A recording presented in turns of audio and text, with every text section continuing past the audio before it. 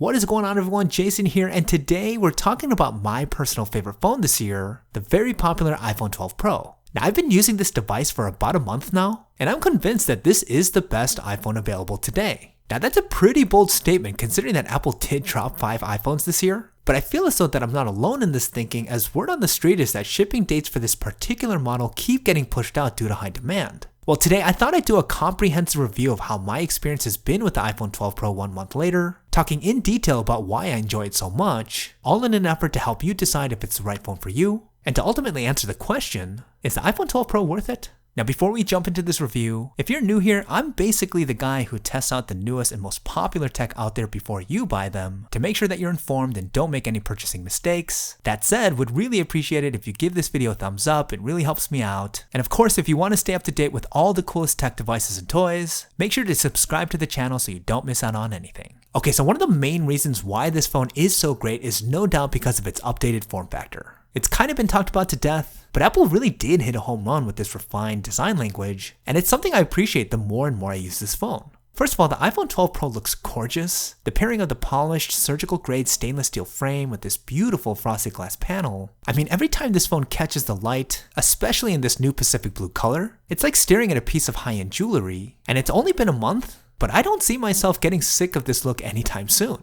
Now, what makes the iPhone 12 Pro special is that its design appeal isn't dependent on looks alone. The dimensions on this phone hits that sweet spot when it comes to usability. It's actually slightly smaller than last year's iPhone 11, but maintains the same display size with its slimmer bezels, making it easier to hold in one hand, but also super immersive when it comes to consuming content. Plus, the flat stainless steel frame makes it easier to grip and fits more naturally in the hand. And with the precision that went into integrating all these premium materials, the phone feels just as outstanding as it looks. Even though I've been a big iPhone user for a long time now, I do prefer the 12 Pro over the 12 Pro Max this year because it's way more comfortable, and you still get an outstanding user experience. Now, that's primarily due to the wonderful display that, in my opinion, really brings this phone together. The 6.1-inch Super Retina XDR OLED panel is yet another example of a high-quality component on this phone, and it's pretty great. The display can get really bright, you get rich, accurate colors, amazing contrast, and a fantastic HDR viewing experience. The good screen-to-body ratio and surprisingly good speakers makes the iPhone 12 Pro great for watching videos and playing games. Now, yes, it does have the notch at the top, which a lot of other phone manufacturers have gotten rid of, but I'm personally fine with it as Face ID to me is totally worth it. It also doesn't have a higher refresh rate like many other 2020 flagships, which I am a little bit more disappointed with, but it's not the end of the world.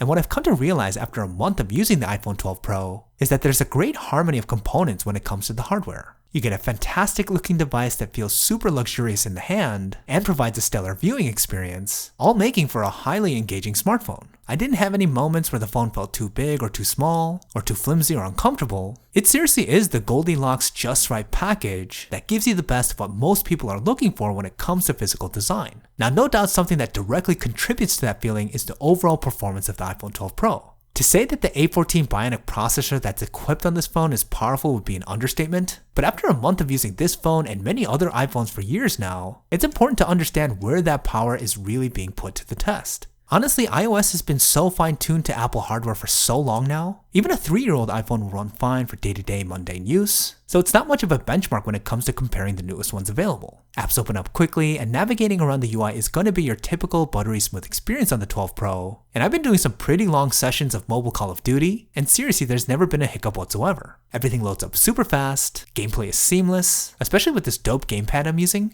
and the 12 Pro doesn't break a sweat. And with all that, the battery life has been pretty decent as well. I've been averaging around 7 hours of screen on time, which is nothing extraordinary, but it is nice not having to stress out about midday charges or anything like that. This is all good stuff, but again, nothing I would say that significantly differentiates the iPhone 12 Pro from previous models. And to me, without a doubt, where this phone really leverages the capability of the A14 Bionic is ironically in a place where most people won't really notice, and that's in Apple's camera features. Now, when you take a photo on your smartphone, you're not really thinking about it too much, and the expectation is that everything is done pretty quickly. And most cameras don't require too much for a photo to be taken, so it's not an unusual expectation. But what most people don't realize is that when you take a photo on the iPhone 12 Pro, it's the furthest thing from being simple. In fact, when the camera is taking advantage of what Apple calls next generation smart HDR and deep fusion, gimmicky words I know, the phone is actually doing an incredible amount of heavy lifting. You may think that just pressing the shutter takes one photo, but in many instances, the 12 Pro is capturing multiple bracketed frames at different exposures, and then combining the best ones to give you the best exposure on everything within the frame. Deep Fusion goes even further by running every pixel of multiple exposure frames through the A14 Bionics neural engine in order for it to select the best part of each pixel, and then stitching it all together bit by bit to give you the best image possible. This is often why you get such incredible dynamic range that can't be replicated with a single shot coming out of a much more expensive professional camera. And as to be expected, the photos coming out of the iPhone 12 Pro are pretty amazing. Images are sharp and exposed really well, you get saturated, accurate colors, you get more details in the shadows and better contrast than before, and virtually every shot that you take with this phone looks pretty damn good. It's also nice having the standard wide, ultra wide, and zoom cameras. I still don't use the zoom lens too often, but it does come in handy from time to time. And I'll be honest, I know Apple spent a ton of time talking about how the 12 Pro is a game changer for low light photography. Yes, it is slightly better, primarily due to the LiDAR sensor that's on this phone that makes for way better focusing in low light conditions, but nothing I would say significantly puts the 12 Pro ahead of something like the 12 or the 12 mini. And though the same could be said about video quality, there's no questioning that Apple is still the undisputed champ in this department. The front-facing 4K video is fantastic, particularly impressive dynamic range here, and this is still one of the few phones that could shoot front-facing video in this resolution at up to 60 frames per second. The 4K video quality on the rear-facing camera is so good, it's almost mind-boggling that this footage is being shot with a phone.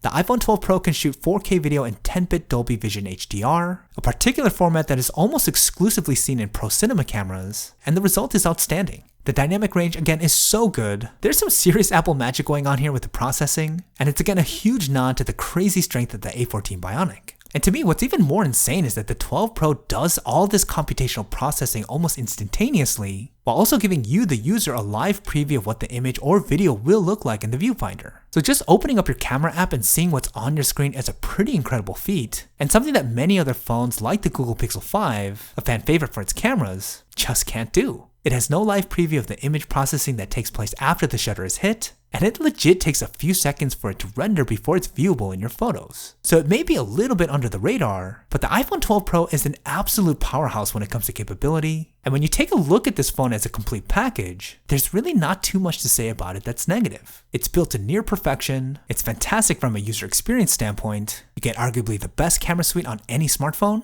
and it's much more powerful than you think it is. So 1 month later, I'm not surprised why more people are going with the Pro this year. It's one hell of a phone, and there's a lot to love.